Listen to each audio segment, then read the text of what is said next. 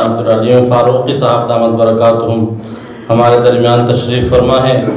بصد التماس عرض گزار ہوں کہ حضرت والا اپنے نصائح سے ہم سب کو مستفید ہو۔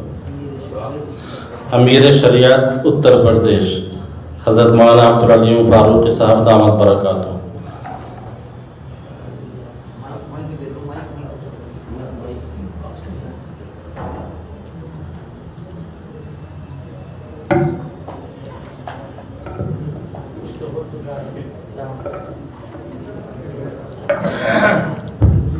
بسم اللہ الرحمن الرحیم، الحمدللہ وکفا والصلاة والسلام علی سیدنا المصطفیٰ، اما بعد۔ حضرت صدر محترم، علماء اکرام، ائمہ مساجد اور شرکائے جلسہ،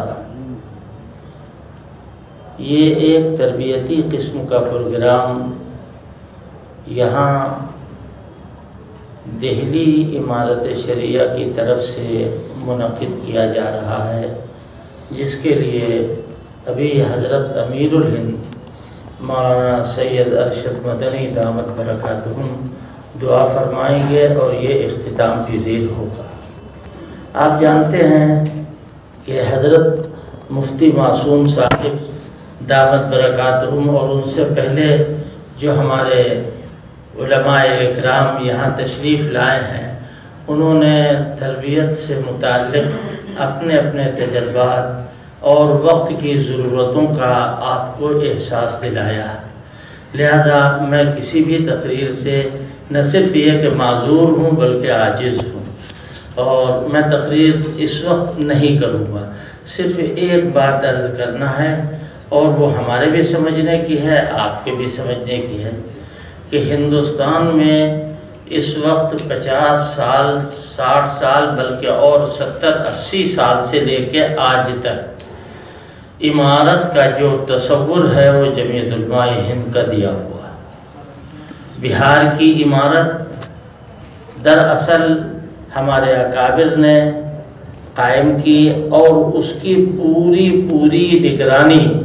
حد یہ ہے کہ امیر شریعت کا انتخاب حضرت امیر الہند ثانی یعنی حضرت اقدس مولانا سید سعد مدنی رحمۃ اللہ علیہ کے زمانے تک جاری رہا۔ مولانا اسرار صاحب یہاں ناظم عمومی تھے، اللہ ان کی بھی مغفرت فرمائے، ان کے درجوں کو بلند فرمائے۔ وہ مولانا منت اللہ صاحب کے انتقال کے بعد بھی حضرت نے ان کو وہاں بھیجا بہار کہ جاؤ امیر شریعت کا انتخاب کرو۔ یہ جمعیت علماء نے اب سے نہیں بلکہ بہت دن پہلے سے یہ سوچ رکھا تھا کہ ہندوستان ان ممالک میں سے ہے کہ جہاں عمارت کا کام نہیں ہو رہا ہے، اور ہمارے اکابر اس وقت کو بڑا نامناسب وقت اپنے حق میں سمجھتے ہیں جس وقت کوئی امیر نہ ہو۔ مجھے یاد آتا ہے، غالباً یہ صحیح ہوگا جو میں عرض کرنے جا رہا ہوں، علامہ ابن کثیر نے البدایہ والنہایہ میں بڑی عجیب بات لکھی۔ ایک سال لکھا کہ یہ سال ایسا ہے وَلَيْسَ لِلْمُسْلِمِينَ أَمِيرٌ، مسلمانوں کے لیے اس وقت کوئی امیر نہیں ہے ایسا سال۔ یہ اچنبے والی بات کہ مسلمان بغیر عمارت کے، مسلمانوں کا کام اور بغیر عمارت کے، اس کے نتائج معلوم ہے کیا؟ آپ کے سامنے ابھی مفتی صاحب آپ سے بتا رہے تھے۔ شادی تو بہت آگے کی چیز ہے، بیجا اسراف تو بہت آگے کی چیز ہے، شادی کا جو کارڈ چھپ رہا ہے یہ کتنے قیمت کا ہوگا ایک کارڈ؟ سوچئے ذرا۔ حضور اگر چاہتے کہ ہماری بچی کی شادی کا کارڈ ہو تو جنت کے پھولوں سے معطر ہوتا ہے۔ اللہ تعالیٰ نہ معلوم کیا کیا کرتا۔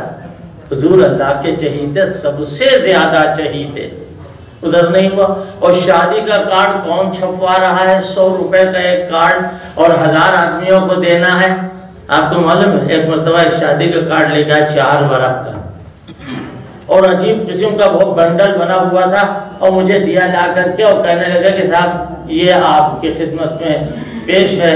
تو میں نے کہا کہ صاحب میں زیادہ پڑھا لکھا نہیں ہوں، ذرا اس کو پڑھ کے سنا دیجئے۔ کہنے لگے انگلش میں ہے یہ؟ تو ہم نے کہا کیا حرج ہے، آپ کی شادی ہے، آپ کا کارڈ ہے، آپ ہی نے چھپوایا ہوگا، آپ ہی نے لکھوایا ہوگا، آپ ہی نے عبارت بنائی ہو۔ کہنے میں انگلش تو پڑھا نہیں۔ ہم نے کہا تھو ہے تمہاری اوقات، حد کر دی، انتہا کر دی، آتا جاتا کچھ نہیں، نام محمد فاضل، انگریزی میں کارڈ چھپے، کیوں؟ دوسرے کی ریت اختیار کر رہے ہیں، دوسرے کی چال چل رہے ہیں ہم۔ امارت شریعہ ان تمام باتوں کو بے نقاب کرنے کے لیے قائم ہوئی۔ کیا اے لوگوں، تم اپنی شادی کر رہے ہو، اس طرح شادی کرو کہ نباہ ہو سکے، ایسی شادی کرو کہ طلاق کی سرے سے نوبت ہی نہ آوے، اور اگر آوے طلاق تو شرعی اعتبار سے جو راستہ متعین ہے اس راستے پہ چلو۔ آپ کی اور ہماری یہ ذمہ داری ہے۔ آپ کے سامنے مسجدیں ہیں، نماز جمعہ ہے، پہلے کا بیان ہے۔ کوئی صاحب یہ نہ کہے ہم تو کر نہیں پائیں گے۔ کیوں نہیں کر پائیں گے آپ؟ حضرت جبریل نہیں آئیں گے اب، اور حضرت جبریل کی بات چھوڑ دیجئے، شیخ الاسلام اب نہیں آئیں گے، حضرت مولانا حسین احمد مدنی، مولانا اسعد مدنی نہیں آئیں گے۔ جو چلا گیا وہ اب آئے گا نہیں، آپ ہی کو ان کے کاموں کو کرنا، اور آپ کریں گے۔ اگر آپ کو کوئی مسئلہ نہیں معلوم ہے تو دارالعلوم دیوبند ہے، مدارس سہارنپور ہے، مدرسہ شاہی ہے، یہاں مفتیوں کی کوئی کمی نہیں، اور مستحکم قسم کے علماء موجود ہیں جو آپ کو ہر معاملے میں۔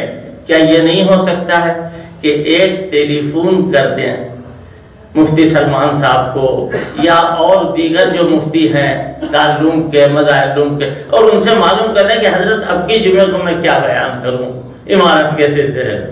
کیا 5 منٹ کا فون ہوگا، وہ جو بتا دے۔ اپنا جو کچھ بیان کرنا ہے، بیان کرنے کے بعد اتنی بات یہ بھی کہہ دو کہ بغیر عمارت کے گزارا نہیں، اسلام کا کوئی تصور نہیں۔ آج ہم پھڑپڑا رہے ہیں، کبھی ادھر جا رہے ہیں، کبھی ادھر جا رہے ہیں، اور جہاں جہاں عمارت قائم ہے، اگر عمارت کو عمارت کے انداز میں نہیں کیا گیا تو اس سے کوئی فائدہ نہیں۔ قرآن مجید میں کیا لکھا؟ الذین ان مکناہم فی الارض اقاموا الصلاۃ وآتوا الزکاۃ وامروا بالمعروف ونہوا عن المنکر۔ آپ دیکھیے مفسرین کی کیا تحقیقات، انہوں نے کہا یہ آیت دلالت کر رہی ہے خلفائے ثلاثہ کی خلافت پر۔ خلافت ہی کا تو دوسرا نام عمارت ہے۔ کیا کہا؟ جن کو ہم زمین میں تمکین عطا کریں گے۔ دوسری آیت میں اسی مضمون کو کس طرح بیان کیا؟ وعد اللہ الذین آمنوا منکم وعملوا الصالحات لَيَسْتَخْلِفَنَّهُمْ فِي الْأَرْضِ كَمَا اسْتَخْلَفَ الَّذِينَ مِنْ قَبْلِهِمْ وَلَيُمَكِّنَنَّ لَهُمْ دِينَهُمُ الَّذِي ارْتَضَىٰ لَهُمْ وَلَيُبَدِّلَنَّهُمْ مِنْ بَعْدِ خَوْفِهِمْ أَمْنًا۔ کون مراد ہے اس سے؟ جو اس وقت کے مسلمان اور مسلمانوں کے سردار تھے وہ مراد ہے۔ پھر ان کی نقل کرنے والوں میں ان کا یہ تصور ہونا ہے یا نہیں ہونا، اس جذبے کا خیال کرنا جن ہدایات پر ان کو جیے ہیں اور جن ہدایات پر وہ مرے ہیں، ہمارے نزدیک وہ مردہ ہو گئی۔ ہم کو اگر مسلمانوں کی قیادت کرنا ہے تو ان تمام چیزوں کو باقی رکھنا ہے۔ اور کوئی آدمی یہ نہ سوچے جیسا کہ ابھی حضرت مفتی صاحب نے کہا تھا کہ ہائی کورٹ ہی روکے گا، ہمیں سپریم کوئی نہیں روکے گا۔ جب لڑکی والے بھی، لڑکے والے بھی، جب مامور بھی اور امیر بھی سب لوگ ایک جگہ پر متحد ہو جائیں گے تو کوئی سپریم کورٹ بھی نہیں ہے جو ان کو روک سکے اور چیلنج کر سکے۔ کسی میں یہ ہمت نہیں ہے۔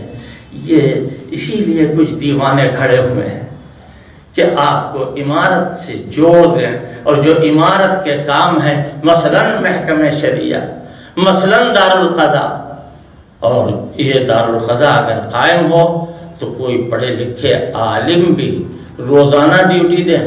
اگر روزانہ نہیں ڈیوٹی دے سکتے تو ہفتے میں 2-3 دن دے، اور ساری پبلک کو، علاقے کے لوگوں کو معلوم ہو کہ مفتی صاحب، قاضی صاحب فلاں دن بیٹھیں گے، آپ حضرات ان سے رابطہ قائم کریں۔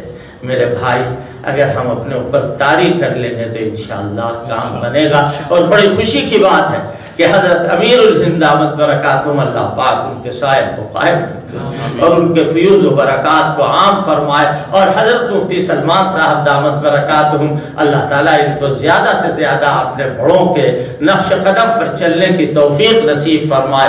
یہ حضرات متوجہ ہیں اور اس فکر میں ہیں کہ کسی طریقے پر دارالقضاء، محکمہ شریعہ، عمارت کا کام چلے اور مسلمان اس سے وابستہ ہوں اور مسلمانوں کا مستقبل روشن ہو۔ اللہ تبارک و تعالیٰ میری یہ گزارشات جو منتشر ہیں ان کو قبول فرما لے۔ وآخر دعوانا ان الحمدللہ رب العالمین۔ اشاعت القراءت یوٹیوب چینل کو سبسکرائب کریں اور بیل آئیکن کے بٹن کو کلک کر لیں۔